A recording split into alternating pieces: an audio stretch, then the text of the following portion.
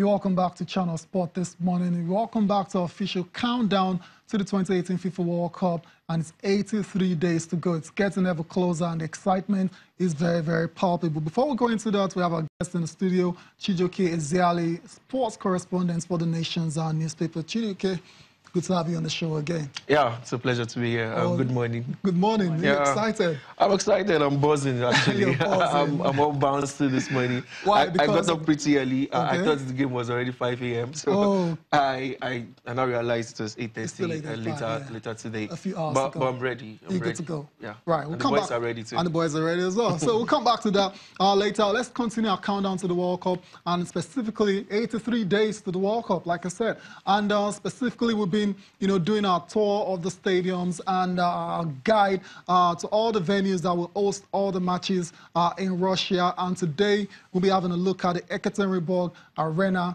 A couple of days ago, FIFA actually confirmed the completion of this particular stadium, meaning it's ready to host some very, very interesting games. That's it there on your screen. Its capacity is 35,000 and it costs $215 million to actually construct. And the group games on that particular pitch will be between Egypt. So a lot of people looking forward to seeing Mo Salah in action. That's the venue to go to. You also have Egypt. Okay, Egypt versus Uruguay, France versus Peru, Japan, Senegal, and Mexico versus Sweden. So that's it for the Ekaterinburg Arena. Cecilia, the FIFA officials went there a couple of days ago, and they're satisfied with what they've seen, and it's good to go.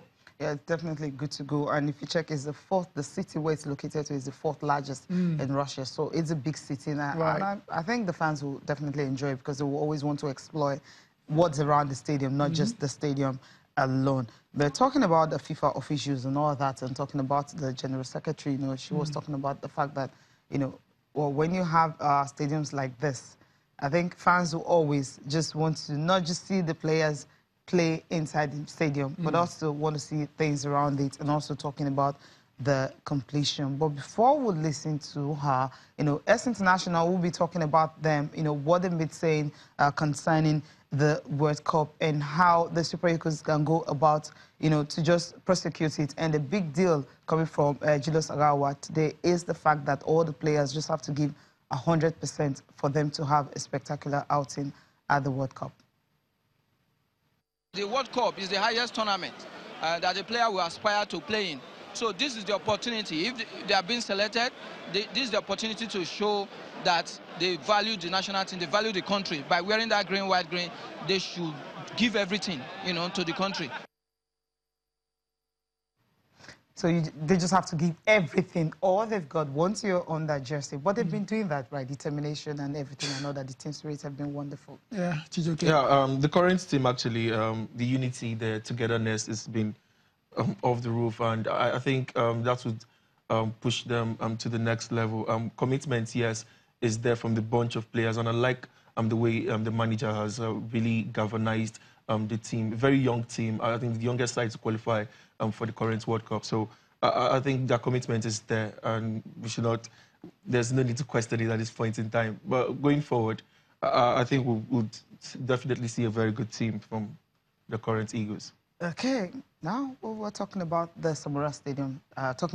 Okay, Ekaterinburg Stadium, that one is complete, right? But the Samara Stadium, another one of those arenas, and one of those venues is supposed to host competitions. That one is just on its way to being complete, and FIFA officials were there a couple of days ago, and they actually, they're very confident that stadium will be ready by the start of April. Let's listen to FIFA's competitions officer, Colin Smith, talking about this particular arena. From the information we've received, there's nothing stopping this, all these areas being completed on time. It just requires commitment and more manpower to get it done on time. And when we talk about on time, we're talking about the commissioning date of the end of April. On time simply means completing this particular stadium before, it will be ready. They don't have a choice. Yeah, they don't have. Obviously, it's going to be ready. Right, it's going to be ready. Chijoke, back to you quickly. Yeah. Yeah, tonight against Poland, we're still going to talk about this extensively later on, but what are you expecting?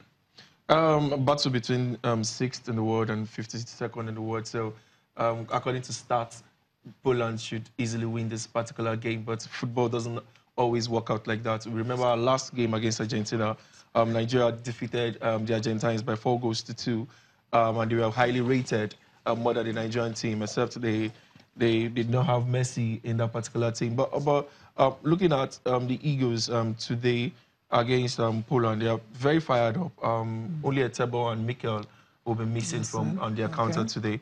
It will be intriguing because I expect to see a similar formation with the one Ross started with against Argentina. Maybe we'll show the slide later, or it's coming. That right now. We'll I'm expecting a very intriguing encounter between the two sides today. Yeah, definitely that's going to be. Okay, we'll end this segment here. And after that, when we come back, we'll talk about Zlatan before we go straight into the game for tonight against Poland.